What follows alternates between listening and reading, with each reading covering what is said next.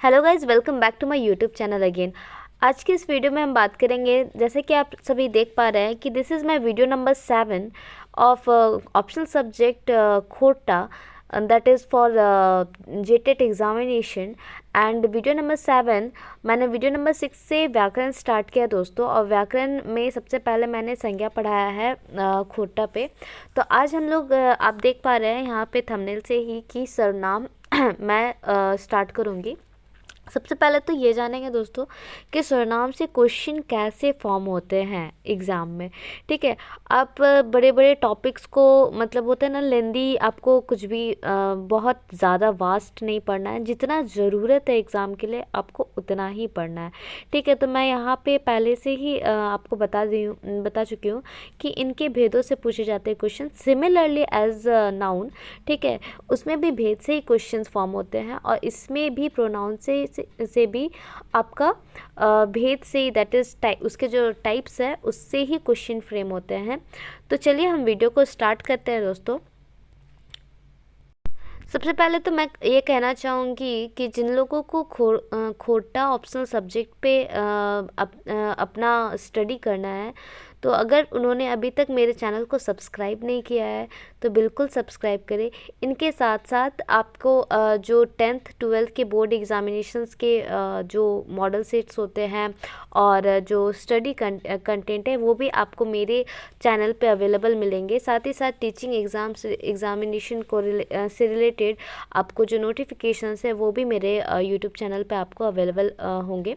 ठीक है, तो अभी तक अगर आपने सब्सक्राइब नहीं किया तो ज़रूर सब्सक्राइब कर ले। और चलिए ये खोटा का जो वीडियो नंबर 7 जो सीरीज़ है वो स्टार्ट करते हैं बिना समय गवाए। सबसे पहले तो हम लोग पढ़ेंगे, मैंने यहाँ पे डेफिनेशन लिया है क्योंकि आप लोगों को पता ही होगा कि प्रोनाउन किसे कहते हैं। तो the word uses instead of noun are called pronoun. कहने का मतलब ये है कि अगर संज्ञा के बदले आप जिन जिन वर्ड्स का यूज़ करते हैं, ठीक है, तो उनको हम सर्वनाम के नाम से जानते हैं। जैसे खोटा में आप देख सकते थे थंबनेल में मेरे कि सर्वनाम लिखा हुआ है, तो खोटा में सर्वनाम नहीं बोल करके सर्वनाम कहा जाता है। तो देखिए यहाँ पे भी लिखा हुआ है कि संज्ञा के अवजी आबिया सबद सर्वनाम कहल जा हई। ठीक है, तो देखिए दोस्तों प्रोनाउंसिएशन में थोड़ा सा दिक्कत होता है। ठीक है, तो इसको नेगलेक्ट करते हुए चलते हैं। तो हम लोग को सिर्फ फ़िलहाल सीखने पे कंसंट्रेट करना है। तो देखिए तो यहाँ पे कहने का यही मतलब है कि संज्ञा के अवजी के मतलब दैट मीन्स बदले जिन शब्दों का प्रयोग होता है उसे सर्वनाम कहते हैं। जैसे कि आप यहाँ पे देख रहे हैं कि यहाँ पे जैसे लिखा हुआ है जैसे, दैट इज़ उदाहरण, एग्जाम्पल। ठीक है, राम घर नाई जतई की ले की ऊ आजो रांची रुक गेल। तो कहने का मतलब है कि राम आज घर नहीं जाएगा क्योंकि आज भी वो रांची में रुक गया है। तो ऊ जो यूज़ किए हैं ना, तो देखिए आप इधर राम, ये जो ऊ यूज़ हो रहा है वो किसके लिए यूज़ हो रहा है? राम के लिए। ठीक है, राम क्या है? एक नाउन वर्ड है, दैट इज़ आपका संज्ञा वर्ड है। और यहाँ पे राम के लिए तो हम बताएं कि संज्ञा के जिन शब्दों के बदले जिन शब्द का प्रयोग होगा that is pronoun, that is सर्वनाम कहलाता है। तो राम के लिए यहाँ ऊ, तो देखिए यहाँ पे इसको अंडरलाइन भी किया गया, दैट इज़ ऊ यहाँ पे क्या है? सर्वनाम है। इस तरीके से आप छाट सकते हैं। राम के ओजी आइल है मनेक ऊ हिय सर्वनाम हके। तो यही वाला बात है, यही है कि यह जो मैंने बताया वही यहाँ पे लिखा हुआ है कि ऊ यहाँ पे क्या है? सर्वनाम है। ठीक है, कुछ पढ़ते देखल जाग, तो कहने का मतलब है चलिए कुछ पढ़ते ही देखते हैं। ठीक है, अब देखिए क्या है लिखा हुआ है। पहला, मोहन घरे पढ़ो हई की ले कि उकर ठीन पैसा नहीं। तो देखिए मोहन घर में पढ़ता है क्योंकि उसके पास पैसा नहीं है। तो यहाँ पे आप देख रहे हैं, यहाँ पे मोहन के लिए दैट इज़ संज्ञा वर्ड है। ठीक है, इसके लिए उकर यूज़ हुआ है। उसे सिमिलरली बिकना टिन खाइल धान नखई। ठीक है, ऊ मजूरी मुजा करबो नाई।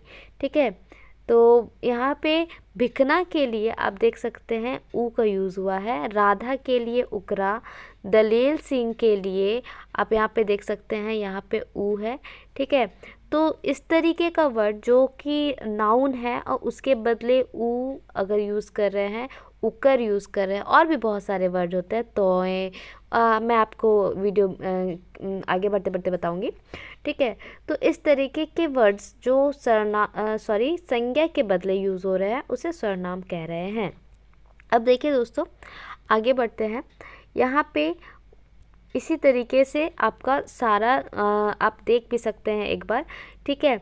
तो ऊ करके बहुत सारा यहाँ पे एग्जाम्पल्स दिया गया है, लेकिन यहाँ मैंने जैसे ही बताया कि सिर्फ ऊ उकरा नहीं होता है, कहने का मतलब है और भी होता है। जैसे कि यहाँ पे आप देख पा रहे हैं, जैसे हम, दैट इज़ हम, ऊ मतलब वो, तोय मतलब तुम, ई मतलब यह, एह, ओह, से, जे, ये सब भी होता है ना, ये सब, ते, आरो आरो आरो आरो कहने का मतलब है इत्यादि या फिर इटीसी जो हम लोग बोलते हैं, ठीक है।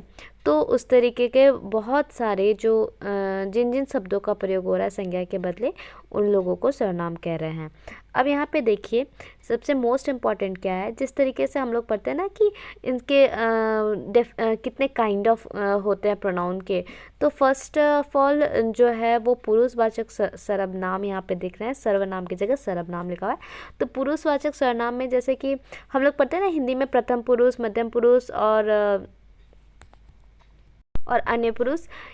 तो यहाँ पे देखिए जैसे कि लिखा हुआ है कि उत्तम पुरुष जो होता है, ठीक है, तो उसमें एक वचन में कौन कौन से सर्वनाम का जो है यहाँ पे उल्लेख किया गया है। तो हम जैसे कि जिसमें नीच का बोध होता है, तो जैसे हम, ठीक है, तो वो एक वचन उत्तम पुरुष में आता है। अगर इसी का अगर हम लोग प्लूरल वे में जाएंगे, ये सिंगुलर है, अगर आप लोग को इस तरीके से नहीं समझ में आ रहा तो मैं लिख देती हूँ कि ये सिंगुलर वर्ड है और ये प्लूरल वर्ड है, ठीक है। और ये वाला जो आप क्या कहते हैं, ये वाला अगर आपको समझने में दिक्कत हो रहा है तो आप इसको इस तरीके से रिगार्ड कर सकते हो कि यहाँ पे देखिए ये सिंगुलर था, ये प्लूरल, और ये फर्स्ट पर्सन, ठीक है, ये सेकंड पर्सन और ये थर्ड पर्सन। इस तरीके से आपको ज़्यादा समझ में आएगा क्योंकि इस तरीके की आपके पढ़ाई पहले हुई है स्कूल्स में, ठीक है। खोटा तो आप अभी पढ़ रहे हो फॉर योर एग्ज़ामिनेशन, फॉर, क्योंकि ये आपको एक रीजनल लैंग्वेज लेना ही है, ठीक है। तो उसी तरीके से सेकेंड पर्सन में हम लोग देखते हैं। सेकेंड पर्सन जैसे कि हम लोग बचपन में पढ़े हैं ना कि फर्स्ट पर्सन में क्या होता है, आई, मी, वी, ये सब होता है। तो आई का जो प्लूरल वर्ड क्या होता था, तो वी। तो उसी तरीके से आप देख सकते हैं कि यहाँ हम है, तो हम का क्या होगा, हमनीन, ठीक है, हाँ, और या फिर हमरीन, ठीक है। उसी तरीके से सेकेंड पर्सन में क्या होता है, तोय, तो, हिन या फिर तोहरिन, ठीक है। तो उसका अगर देखिए तो उस तरीके का ये जो होता है ये सिंगुलर वर्ड है खोटा का सेकेंड पर्सन के लिए। तो यहाँ पे क्या है, तोहिन, तोर, तोहरिन, ये सब वर्ड जो है वो बहुवचन इसके हो जाते हैं रिस्पेक्टिवली, ठीक है। थर्ड पर्सन में क्या है, हम लोग बोलते थे ना कि किसी को इंगित कर रहे हैं कि वे लोग, वे सब, ठीक है। तो ई, उटा, इटा, उटा, इस तरीके का जो वर्ड है ये सब आपका थर्ड में अन्य पुरुष में आता है। और यहाँ पे आपका जैसे कि यहाँ पे आप देख सकते हो, कहाँ गया, ठीक है, एखिन, ओखिन, ये सब जो है इसका जो आपका प्लूरल वर्ड बनेगा, ठीक है। तो यहाँ से सबसे पहले बात करेंगे ये जो हमने अब कवर अप किया है पढ़ के, इससे किस तरीके क्वेश्चंस फ्रेम हो सकते हैं। तो आपसे ऐसे पूछा जा सकता है कि तोय का जो बहुवचन है, ठीक है, तो वो क्या होगा। 4 ऑप्शंस दिए जाएंगे, ठीक है। उस तरीके से आपको सही तोहिन, तोर, तोहरीन, ये सब ऑप्शंस दिए जाएंगे, उसके अकॉर्डिंगली आपको आंसर करना है। ई का क्या होता है, ऊ का क्या होता है, हम का क्या होता है, इस तरीके से यहाँ क्वेश्चंस फ्रेम किए जा सकते हैं दोस्तों, ठीक है। देखिए जो आपका सेकेंड नंबर सर्वनाम है, दैट इज़ प्रोनाउन है, वो होता है संकेतवाचक सर्वनाम, ठीक है। यहाँ पे दिया गया है कि कोनो चीज व वस्तु के दिखबेक लाई संकेतवाचक सर्वनामिक प्रयोग करल जाही। मतलब कहने का मतलब है किसी चीज़ को दिखाने के लिए, जैसे कि हम लोग बोलते हैं ना ये देखो वो देखो, चाहे वो दूर का हो या सामने का कोई भी वस्तु हो, अगर उसको हम लोग सिम्बलाइज्ड कर रहे हैं तो उसको हम लोग संकेतवाचक सर्वनाम के नाम से जानते हैं। एग्जाम्पल्स को पढ़ेंगे तो ज़्यादा क्लियर होगा आपका, ठीक है। दूर देखबे लाई, देखिए यहाँ पे कैटेगराइज किया कि दूर देखने के लिए हम लोग कौन कौन सा सर्वनाम का यूज़ करते हैं। ऊ, ना ऊ आदमी, ओहे ओहे आदमी, ठीक है। उटा, उटा, ओहटा, सेटा, ओहेटा, उकर, ओहेकर। तो इतना तो ये जो कॉमन्स है, इटा, उटा, ओहटा, सेटा, जो लोग झारखंड के वासी है, हिंदी भाषी है, चाहे खोटा भाषी को तो पता ही है, लेकिन हिंदी भाषी भी ये अपने डेली मतलब लाइफ में ये तो सुनते ही है। और बहुत सारे, चूँकि लोकेलिटी का असर पड़ता है, तो हम लोग अगर हिंदी भाषी भी है ना, तो भी हम लोग ये वर्ड यूज़ करते ही करते हैं, ठीक है। तो यहाँ पे आगे बढ़ते हैं दोस्तों। यहाँ पे देखिए इस तरीके का ढेर सारा आपको यहाँ पे कुछ कुछ सेंटेंस करके एग्जाम्पल लिखा मतलब दिया हुआ है। वो कौन चीज़ है के, दैट इज़ वह कौन सा चीज़ है, ठीक है। ओहे आम दे दा, तो उसको आम दे दो, ठीक है। राम सीता खातिर आज स्कूल नाई गेली, ठीक है। तो राम सीता खातिर के वजह से आज स्कूल नहीं गया, ठीक है। उस तरीके से इस तरीके से बहुत सारा आप खुद में भी एग्जाम्पल फ्रेम कर सकते हो, ठीक है। अब देखिए नैजकेक चीज़ देखबे खातिर, मतलब सामने देखने का वस्तु जो होता है उसके लिए आप कौन कौन सा सर्वनाम यूज़ कर रहे हैं। तो इसके लिए है ई, एहे, ईटा, इहटा, सेहटा, एकर। अब यहाँ पे देखिए दोस्तों कि यहाँ पे वहाँ पे यहाँ पे सेहटा है, यहाँ पे सेटा है, कंफ्यूज मत होइएगा, ठीक है। तो सेहटा जहाँ रहेगा वो सामने वाला और सेटा रहेगा वो दूर वाला, ठीक है। तो ये वर्ड में कंफ्यूज मत होइएगा, ठीक है। तो जैसे कि हम लोग सिम्बलाइज करें तो ई, तो समझ में आ रहा है कि ई वाला चीज़, ठीक है। ई वाला कहने का मतलब है कि सामने वाला कोई चीज़ है। एहे, एहे मतलब यही, ठीक है। तो ईटा मतलब ये वाला। इस तरीके से खोटा वर्ड्स जो यूज़ हो रहा है आपका संज्ञा के बदले। नीज मतलब नीज के कहने का मतलब है कि सामने वाले वस्तुओं को अगर सिम्बलाइज्ड करना है तो हम लोग इस तरह के वर्ड्स को यूज़ करते हैं नाउन के बदले, ठीक है। आगे बढ़ते इसी तरीके से सिमिलरली उसी के जैसे कुछ सेंटेंस को उस पर यूज़ करके दिखाया गया है, आप देख भी सकते हैं, आप खुद भी ये फ्रेम कर सकते हो, ठीक है। तो फिर 3 नंबर पे करते हैं प्रश्नवाची सर्वनाम। ये सबसे सिंपल है दोस्तों, क्योंकि मैं बताना चाहूँगी मतलब क्या है ना कि प्रश्नवाची आपको समझ में आ रहा है, जहाँ पे क्वेश्चन मार्क होगा वहाँ प्रश्नवाची सर्वनाम होगा। अगर आपको कुछ ऐसे सेंटेंस दिए गए हैं और उसमें क्वेश्चन मार्क लिखा हुआ है और लिखा हुआ है कि ये कौन सा सर्वनाम है भाई, तो इससे आसान कुछ क्वेश्चन नहीं हो सकता भाई। मतलब क्वेश्चन मार्क लगाया दैट इज़ क्या, प्रश्नवाची है। तो इस तरीके से तो फिर भी आप वर्ड्स जानो। मैं तो ये बोलूँगी कि वर्ड्स बिल्कुल जानो कि के, कौन, का, किन, किना, केकर, कौनटा, ये सब जो वर्ड है, के मतलब कौन, मतलब के मतलब ऊ के है, तो वो कौन है, ठीक है। जैसे यहाँ पे दिया हुआ है राम कौन आम खतई, तो राम कौन आम खाएगा। सीता केकर खातिर जेतई, कहने का मतलब सीता किसके लिए जाएगी। तो क्यों, कैसे, क्या, कब, ये सब वर्ड जो है ना, ये ऑब्वियस सा बात है, इससे क्वेश्चन अराइज होते हैं, ठीक है। और फर्स्ट ऑफ ऑल आपको क्वेश्चन जब दिया जाएगा तो वो प्रॉपर वे में लिखा जाएगा, दैट इज़ उसमें क्वेश्चन मार्क तो होगा ही होगा, ठीक है। तो आप फिर भी मैं बोलूँगी कि वर्ड्स तो आप जानो ही कि क्यों, क्या, कैसे, कब, कहाँ, ये जो वर्ड्स है जो हिंदी में हम लोग पढ़ते हैं उसके बदले खोटा में यहाँ पे जो वर्ड्स है उसको आप एक बार देख लो, ठीक है। अदरवाइज़ आप इसको सिंपल में भी टाल सकते हैं कि भाई जहाँ क्वेश्चन जो मार्क रहेगा दैट इज़ प्रश्नवाची सर्वनाम रहेगा, ठीक है। अब आगे बढ़ते हैं दोस्तों। देखिए यहाँ पे 4 नंबर क्या कहता है, 4 नंबर कहता है समय बोधक। नाम से समझ में आ रहा है कि जिन जिन शब्दों से जो संज्ञा के बदले यूज़ हो रहे हैं उनसे अगर समय का बोध होता है, ठीक है, तो उसको हम लोग समई बोधक कहते हैं, उस तरीके के कैटेगराइज करते हैं सर्वनाम में। तो देखिए यहाँ पे कैसे लिखा हुआ है कि जैसे, कखन, जखन, तखन, एखन, कहिया, जहिया। ठीक है, तो मैं कुछ सेंटेंस बताऊंगी, उससे रिलेटेड करके बताऊंगी। जैसे कखन, कखन मतलब होता है कब। भगना कखन खेत जतई, तो भगना कब खेत जाएगा। जखन ऊ एतई तखन जबई, तो जब वो आएगा तब जाएगा। ठीक है, एखन तक कोई ना एलई, तो अभी तक कोई नहीं आया। देखिए यहाँ पे एखन, जखन, कखन, तखन, ठीक है, इस तरीके का जो वर्ड है ना, इससे ना आपको टाइम का बोध हो रहा है। ठीक है, इसमें समय का बोध हो रहा है। तो इस तरीके के वर्ड्स जहाँ पे आएंगे तो वो समय बोधक सर्वनाम की कैटेगरी में चला जाएगा। आगे बढ़ते हैं दोस्तों। नेक्स्ट वन इज दिशा बोधक सर्वनाम।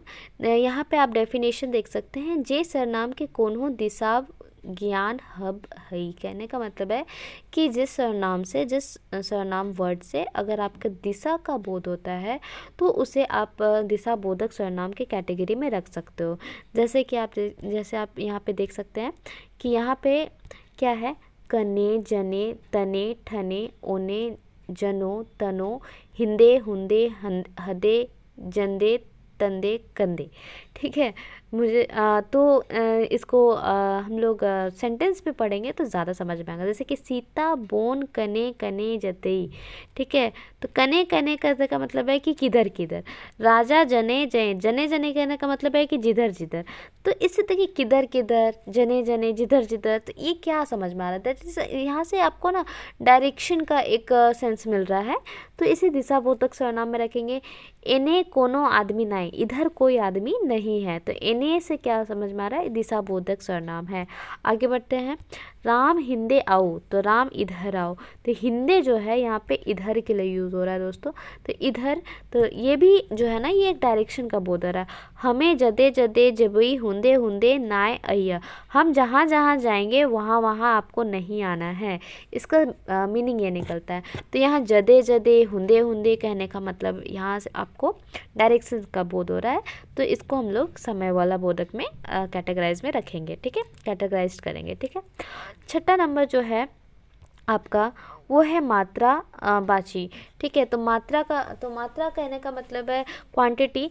तो इससे आपको पता चल गया होगा कि मात्रा बोधक जो सर्वनाम जिसे मात्रा का बोध हो, जैसे कि एते, ओते, जते, कते। ठीक है, तो इसका हम लोग सेंटेंस के हिसाब से इसका एग्जांपल पढ़ेंगे तो ज़्यादा क्लियर होगा। बुदना कते खतई, तो बुदना कितना खाएगा। ठीक है, तो ये कते जो है ना, इससे क्या हो रहा है कि किसी का क्वांटिटी का पता चल रहा है, किसी का मात्रा का पता चल रहा है कि कितना खाएगा। आलू ओते मन खइबे।